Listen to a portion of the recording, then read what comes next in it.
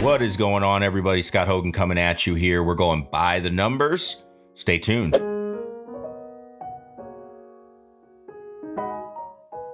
Hey everybody, Scott Hogan coming at you. We're here. We are going to be going over some user sent in numbers. Again, if you want your numbers sent in, make sure you check out Instagram or Facebook and you can direct message me those numbers there. That seems to be the easiest way to get them to me. And we'll go over and help you get sorted out where you feel like, hey, I've got some numbers that I can go over and actually get dialed in, because I think that's one of the things is I get a lot of questions and comments about this is, hey, I've got so many numbers to look at. What should I do? And let's help you out with that, because I know that can be an issue as you're going through. So today I've actually got a little bit different. When you're sending these in, usually I'll say, hey, send them in as a one club, multiple shots, because then we can start getting kind of a feel for what you've got going on. But that's okay in today's scenario, because I've got some numbers here from Doug, who sent me in actually some different clubs. Now, I believe these are on full swing. If I'm not correct on that, hopefully Doug will comment, because I do like how this looks. I think this is the new full swing interface. It looks a lot like the numbers that appear on the kit. So that's all how I'm going off of. But as we go through this, you're going to see we have basically every club in the bag.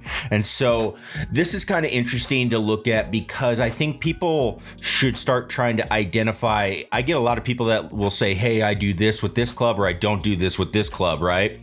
And in reality, I think we all have our fingerprint of things that we need to work on, we should be looking at as we go through a swing. And so as I start looking through Doug's numbers, he actually has some really good numbers. He has great club path, swinging for a draw. Good distance, good speed. He hits the ball pretty far with these are pretty good old clubs. Now that shows you how clubs used to be made. They were awesome. I love these Ben Hogan ones back in the day. But anyway, with that part gone, we're looking at and trying to find some patterns of things that he goes with. And so for Doug, the biggest thing is he is definitely an inside out player. And what I notice is we have a lot of issues where the face is starting to get fairly closed, and he has a fairly, in some cases, has a fairly in to out path. And we just can't let that happen, because what's going to happen is if you look at his two target numbers, you're going to see a lot of variance in those numbers as we cycle through. You can see up to like 75 feet with a 4-iron. That's fairly sizable, especially in practice mode, where I would say, all right, you don't want to do that. Because you're going to be hitting the ball a little bit worse than that when you go out to play. So obviously we want to make that a little bit cleaner as we go. So the biggest thing is, and for a lot of people, this is going to be the case, especially if you're hitting it good and you're starting to feel like, hey, my numbers are getting dialed in.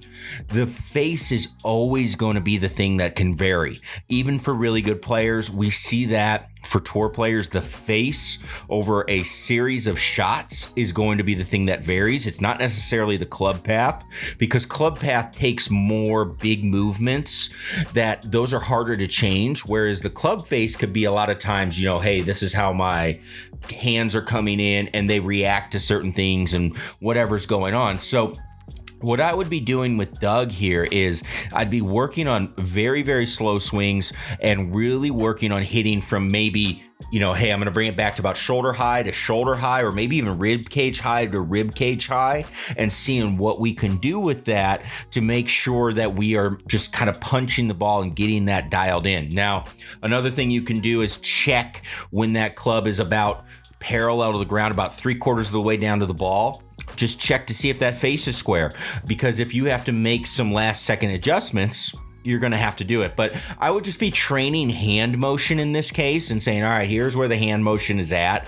I want to be able to make sure my hands are not too active in this case, and seeing if we can get this ball and this club, just kind of traveling how we want it to. So, and starting on a good line. What I don't like, and we talk about this one a lot, is I don't like to see the ball closed with a big inside out path. That face, that means that ball is going to launch left and continue left. Okay. Same thing if you have an outside in path, or, you're a righty, or a lefty hitting a draw. I don't want it starting right and curving right.